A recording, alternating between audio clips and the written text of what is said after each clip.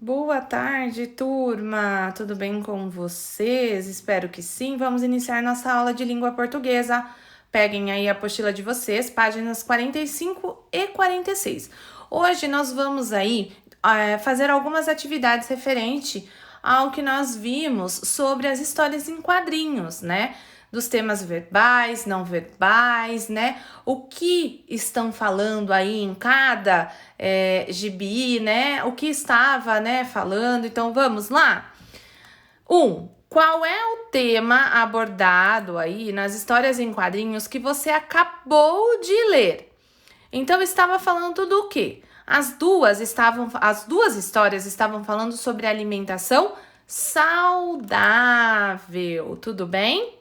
Na 2, na história em quadrinhos, como montar o prato. Cebolinha e Cascão descobre de onde vem a força da Mônica. Qual é o segredo dela ser tão forte aí? O segredo dela é se alimentar com comidas colorida e equilibrada, ok? Na 3, releia aí as duas histórias e converse com os colegas e o professor como devemos montar nosso prato, né? Nossos pratos aí para nos manter saudáveis, né, pessoal? Então vamos voltar um pouquinho, né? Aqui a gente viu que a mãe dela fala, né, que a comida precisa, né, ser bem colorida, né? Bem colorida e equilibrada, né? Aqui nessa daqui também, o que ele fala, né? Ele deixa lanchinhos aí super saudáveis, né? As refeições precisam ser bem nutritivas, precisam aí, né, ser ricos em proteínas, vitaminas, né, também minerais. Precisamos aí comer pão, leite, queijos, frutas, né? Então, aqui, voltando então, tá, pessoal? Lá na página agora 45, nós temos aqui, né, ó, os pratos equilibrados, né, ele contém alimentos variados e nutritivos, né, como o prato da Mônica, com legumes, verduras, arroz, e feijão e frango, ok? Também vocês podem aí mencionar a importância, né, de preferir frutas e sucos naturais, leite e derivados como queijo, né? Os salgadinhos, doces e refrigerantes, por exemplo, eles vão ser aí assunto abordado, né, na história em quadrinho O Lanche, tá? Então, aqui vocês têm algumas coisinhas e vocês podem colocar aqui, tudo bem? Se quiserem colocar com as palavrinhas de vocês, também pode. 4. Que tipo de linguagem aparece nas histórias em quadrinhos que você acabou de ler? Marque com um X a resposta correta. Então, né, que tipo de linguagem, né, aparece nas histórias em quadrinhos que você acabou de ler?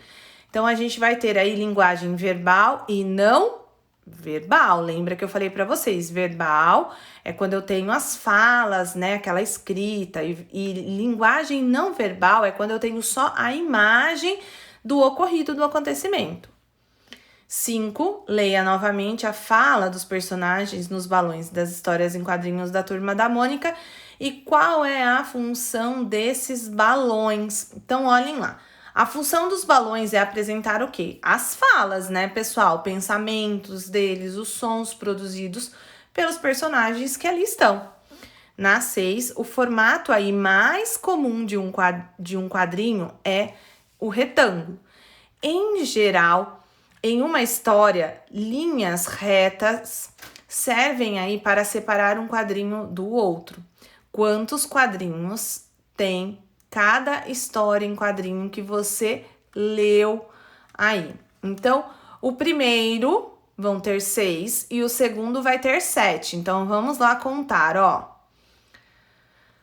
O primeiro, 1, 2, 3, 4, 5, 6. E o segundo quadrinho, 1, 2, 3, 4, 5, 6, 7. Então, o primeiro vai ter 6 e o segundo vai ter 7, ok? Agora, na 46, 7, marque com X as afirmativas verdadeiras. Aqui vocês têm as questões que estão acontecendo naquele que vai acontecer.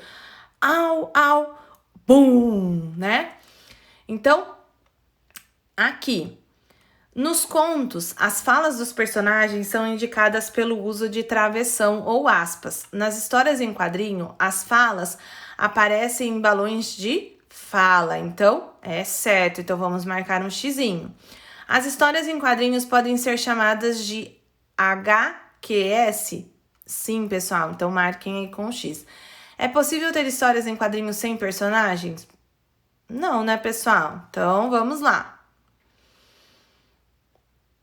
As histórias em quadrinhos, HQS, são uma forma de contar um fato ou um episódio por meio de textos e desenhos.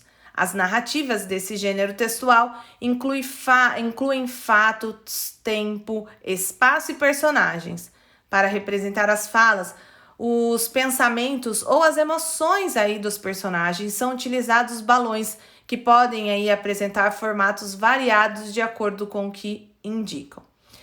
Nas histórias em quadrinhos, as interjeições, elas são usadas para indicar estados emotivos e as onomatopeias são palavras que representam sons e permitem aí adicionar sonoridades às ideias. Então, aqui, pessoal, ó, as onomatopeias, né? Então, eles vão mostrar aí para nós, né, o que vai ser representado, o que está sendo representado. Então, vamos lá. 8. No último quadrinho da segunda história apresentada, aparece uma interjeição. Quem pronunciou essa interjeição? O que ela indica? Indica que o pai da Mônica, né? Quem pronunciou essa interjeição. Indica que ele estava aprovando o sabor da comida, ou seja, a comida estava o quê? Saborosa. Então, olhem lá. Na 9, nas histórias da Turma da Mônica que você leu, aparecem mais 2 onomatopeias. Quais são elas e que sons representam? Paf. Paf indica um som de batida de mãos, tá? Esse som, tá? E o ding-dong, que é o quê? Ding-dong, que é a campainha, indica o toque da campainha. Tudo bem? Gotinhas de saber. Dia 30 de janeiro é o Dia Nacional das Histórias em Quadrinhos. Foi nessa data, em 1869, que Ângelo Agostini publicou a primeira história em quadrinho brasileira. As revistas de histórias em quadrinhos também são conhecidas como gibis aqui no Brasil, porque em 1938, no Rio de Janeiro, foi lançada uma revista com esse nome. Nos Estados Unidos, por exemplo, são chamado de comic strips, tiras cômicas, e no Japão, de mangá. Ok, pessoal? Então, espero que vocês tenham gostado, né? Então, nós falamos aí de onomatopeias, né? Então, quando a gente visualiza, né, esse tipo de sonzinho, né? A gente visualiza, né, esse tipo aqui de som. Trim. Então, é uma onomatopeia, né? Quando a gente identifica, né, uma interjeição também no nosso livro, né? A gente visualiza, né, essa questão das interjeições também que vão fazer parte aí dos nossos gibis. Tudo bem? Então, por hoje é só. Fiquem com Deus e até a próxima aula. Tchau, pessoal!